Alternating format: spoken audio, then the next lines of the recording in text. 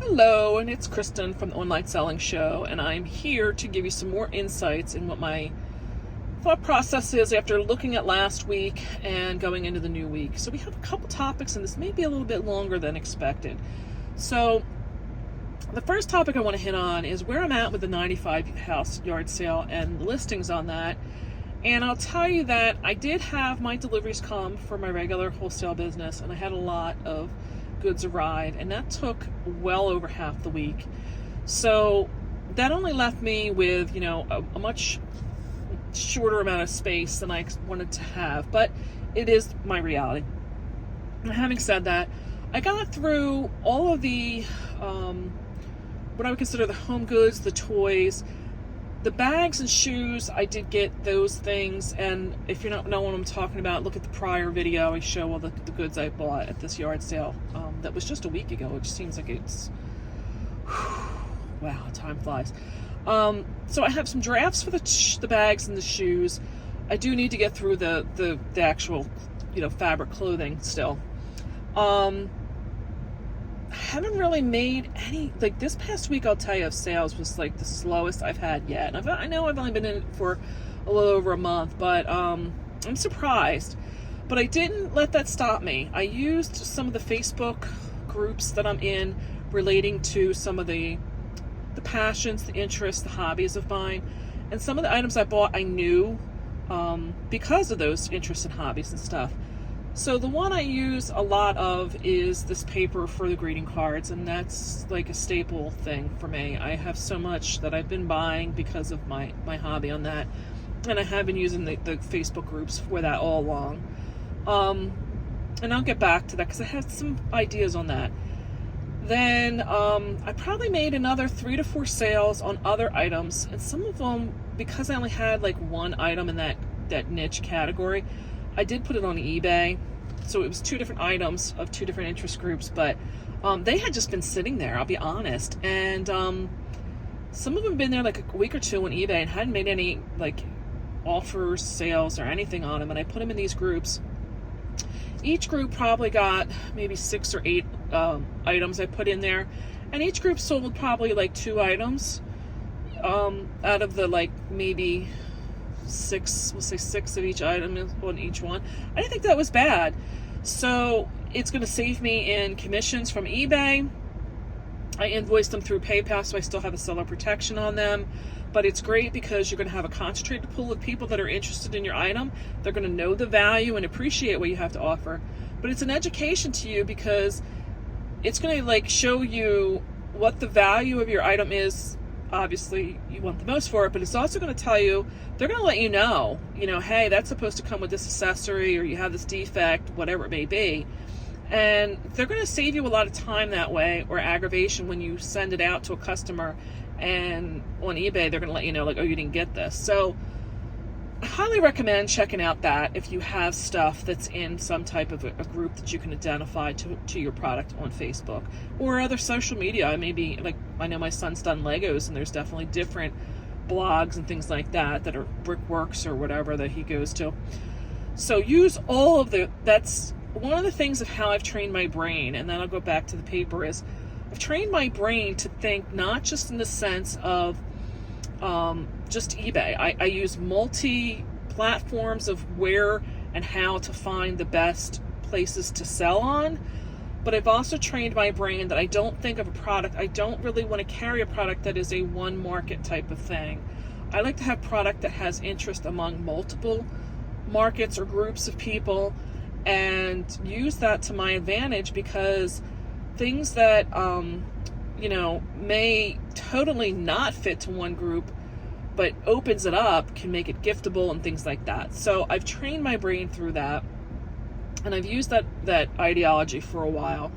And one of the things with the paper is I'm thinking that I make greeting cards, I may do some kits or something like that to then take this paper and elevate it to another level, so that it's, instead of getting, X amount of dollars, now I can get X plus 5, whatever it may be. I'm still working on that, and I'll get back and I'll report how that winds up going. I'm, like I said, still in the education trying to investigate phase of that. I've done it for a while as far as been trying to, but I'm really planning today to do some pulling of a trigger and putting some listings up with that. So I'll let you know how that goes.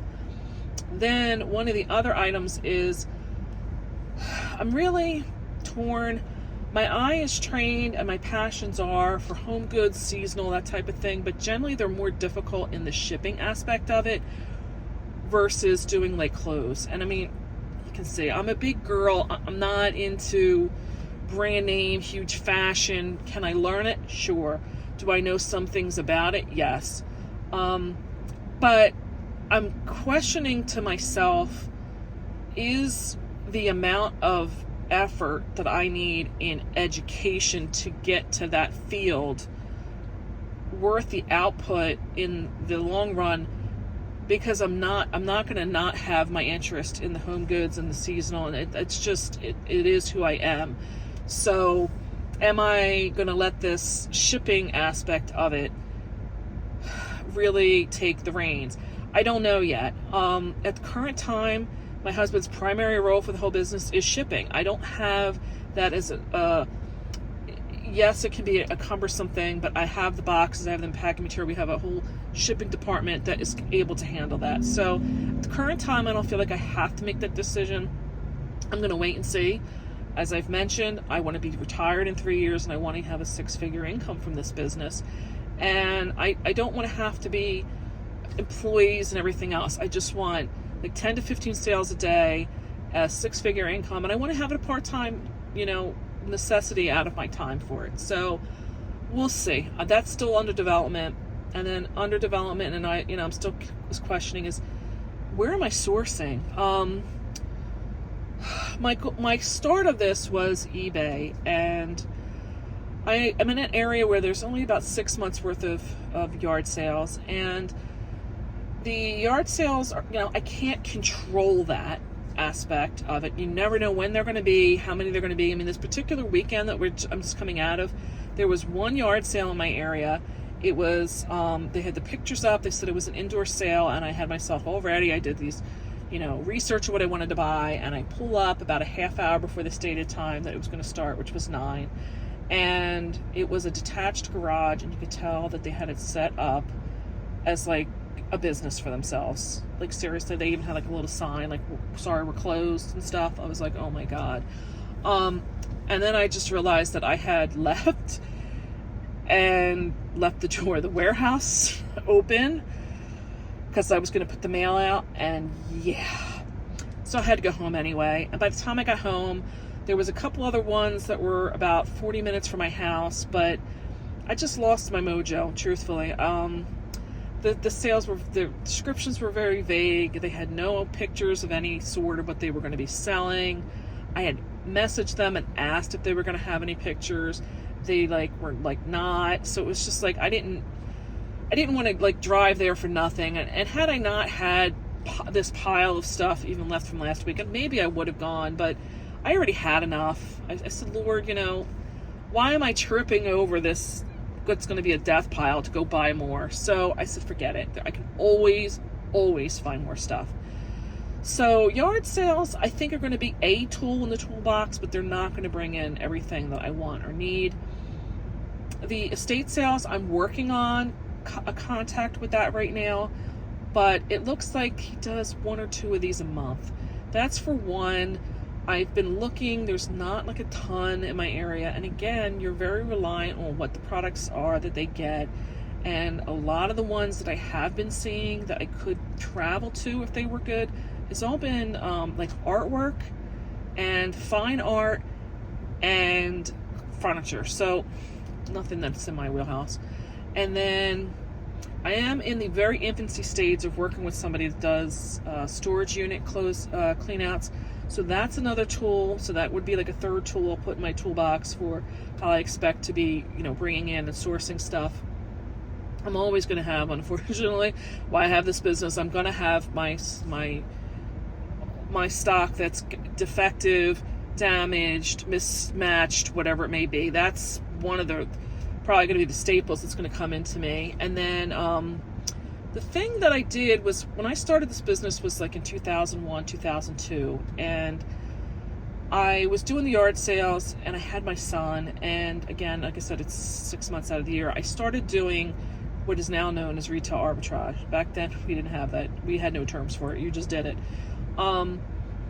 So when my son started to become older and FBA came into the picture, I started FBA in the beta program. They actually paid me, is what I say, is because they paid us back our fees and stuff to start it. It was basically media. I don't even remember. I'm trying to remember when I finally started to bring in other goods, but that was when I started to discover the trade shows and stuff like that. And then once I got into buying stuff wholesale, I was like a duck to water. I just took off with that model, and I gave up this whole retail or arbitrage or any of that stuff. So I'm really in two groups that are active right now with the seasonal goods coming in and arbitrage. So I was out today and I was having tea with a friend, and I thought, okay, I didn't get anything otherwise. I went and picked up a few items at these outlets, and I'm going to give it a try. We'll see. All I can do is try. I'll give it 30 days, and that's the thing about arbitrage that's beautiful. If it doesn't work, I just take the stuff back. No harm, no foul, right? So I'll let you know how that goes. I don't know yet if I want to keep that model. If I do or I don't, we'll try it, but I figure maybe it's another tool in the toolbox, right?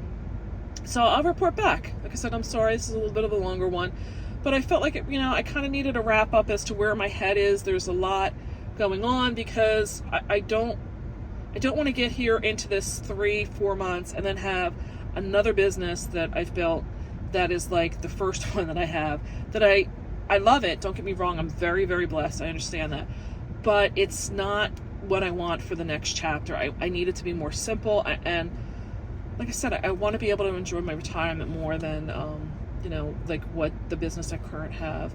And I know that I know myself, but I'm going to complicate it and make it more and bigger and better. So we'll be back.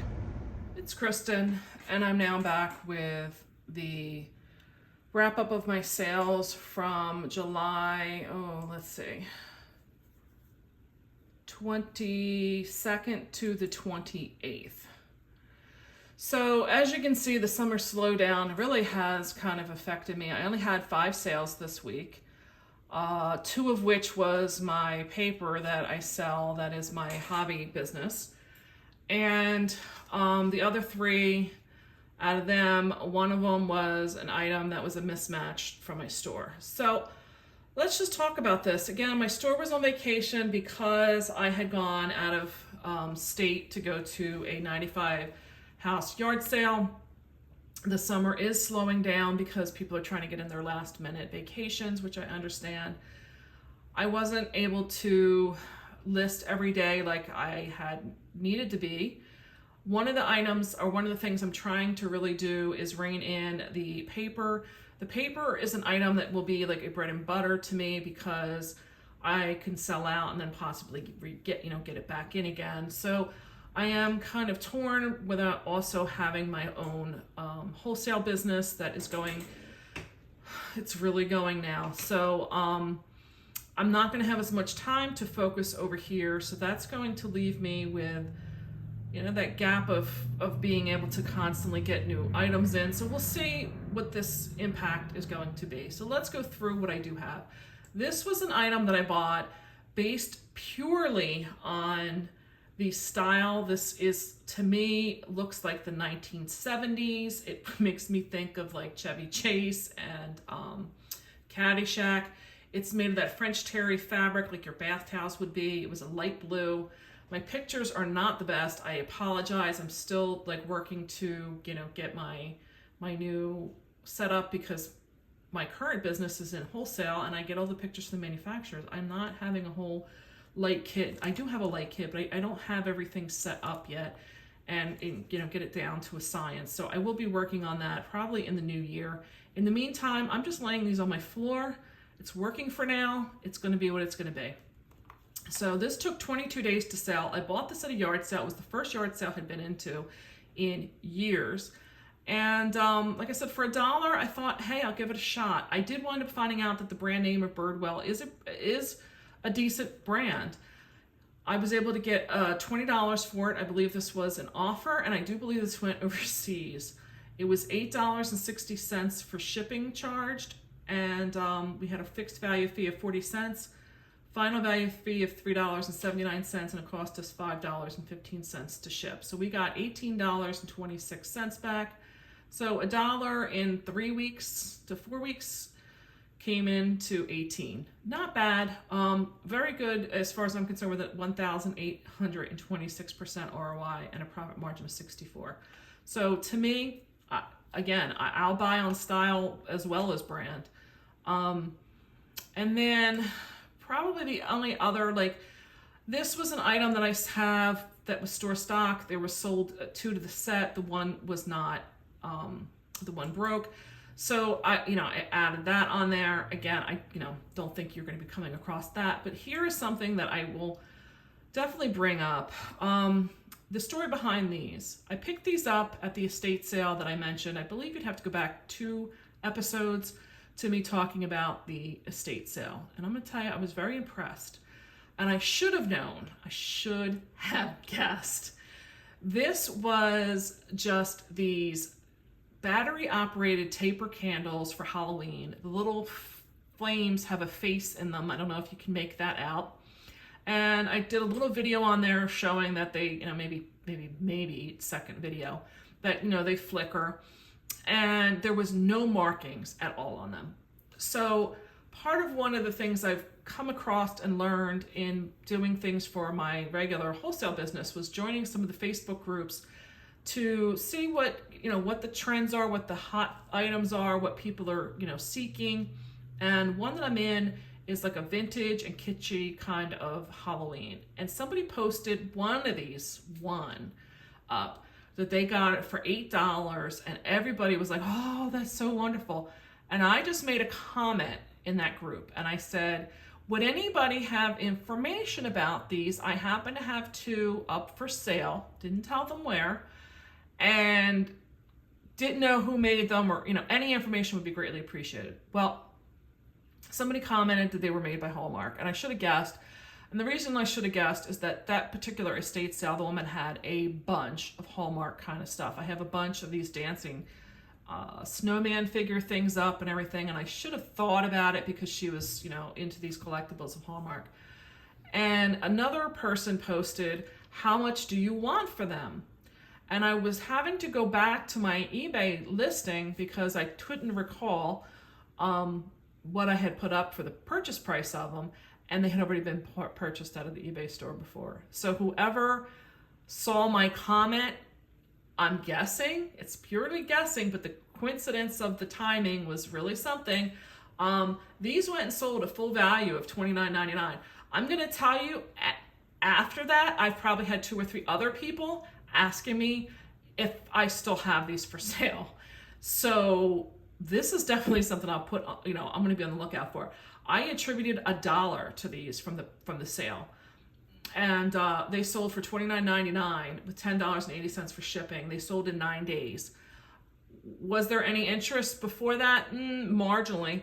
But the group, being in that Facebook group, really pushed this sale through. That's the point I want to make, is that sometimes you can use other sales platforms, you can use other forms of advertising, maybe should be the way to say it, that can get your stuff selling and selling much quicker than just relying on the algorithm of eBay. So for this particular item, I paid 40 cents for the collection of the fees, $5.78 for the final value fee. I do have an ad fee of 92 cents, so I'm not exactly sure. Maybe the person had put it in their watch list, and after seeing that other people wanted it, went and bought it. I don't know. I'm like I said, the timing of it was very, very coincidental. I mean, within minutes. $6.26 was the cost for shipping, so there was $26.43 that came back for my $1 purchase. This was the first to sell out of the estate sale.